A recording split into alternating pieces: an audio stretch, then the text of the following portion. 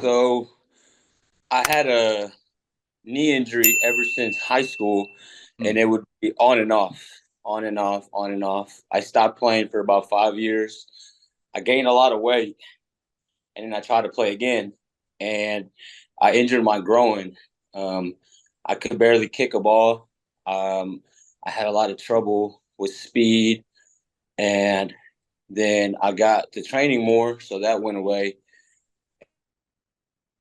And then recently, before we started our training, I was taking painkillers every day before practice just to be able to practice. That's for And the knee and groin, both. yeah, Wow. and it was bad. I hate taking medicine as it is, and for me to have to literally take two ibuprofen 500s every day for 5 days a week just to train, Mm. it really, I didn't want to mess up my liver, and it was just blocking the pain for an hour and a half, 2 hours, and then the next day it was back again. And it really slowed me down to the point where, I was almost embarrassed because of how slow I was, taking off when we did speed drills, and it was just bad. I mean, for being a right back, you need to have speed, and I didn't have the speed.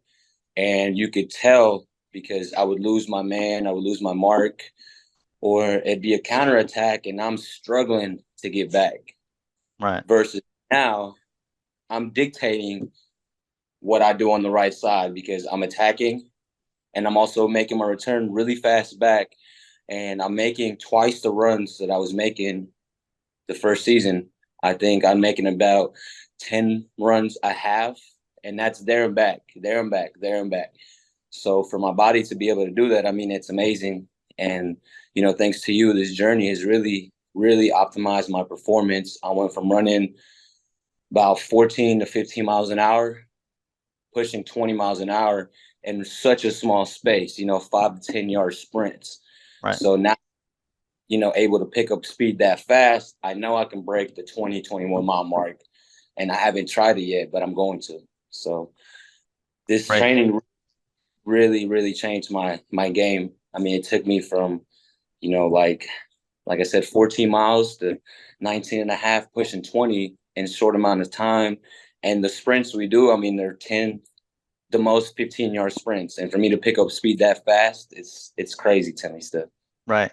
So one of the things that I talk to, a lot of people about is the foot to glutes fascial connection. So in the beginning, we didn't feel too much glutes in the beginning.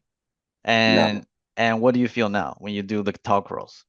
I feel glutes. It's all glutes. And like we just did the mountain climbers and the squats. I used to feel the squats in the quads or, in my lower back. And this is the first time in my life that I didn't feel a squat in my legs. I felt it all in the core. And same with the mountain climbers. I would feel it in the hip area. I'd have really tight hips. That went away as well. So this training is really crazy. And the growing problem you had, was it you tried to rehab for a while, but it didn't go away, right? In the beginning? Yeah, I rehabbed, I want to say maybe 2 to 3 times.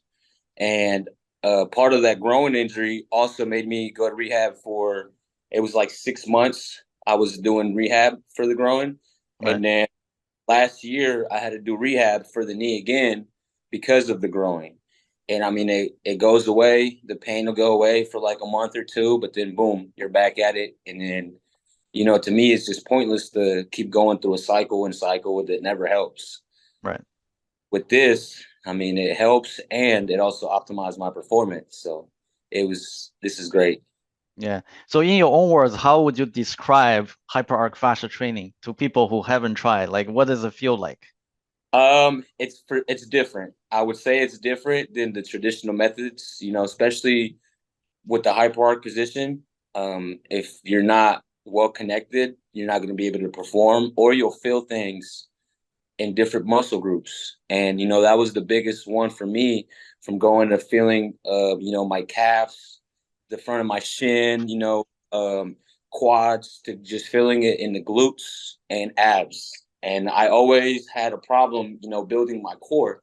And with this, I mean, my core, I haven't done a single sit up for 3 months, and I have abs.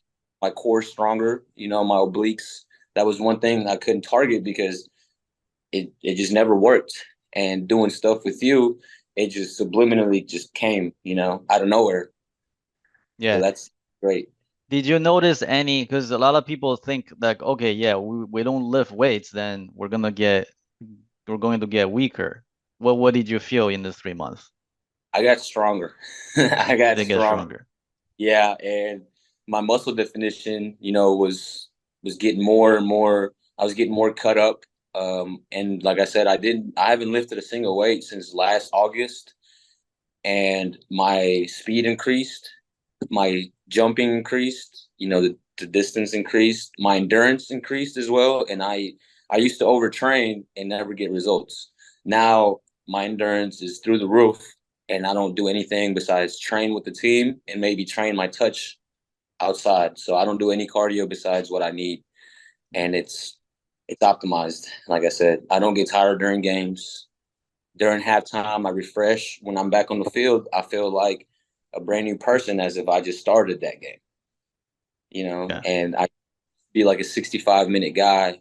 Now I'm 80, 90 minutes up and down the field with no issue, no pain, no fatigue. And that's another thing as well. We train really hard. We train 5 times a week, and I'm never sore. During our preseason, coach would call me every morning. Hey, how's his legs feel? How's it feel? And I would say, Coach, I don't feel a thing. So that also took him by surprise, because the rest of my teammates are sore here, sore there. Oh, my calves are fatigued.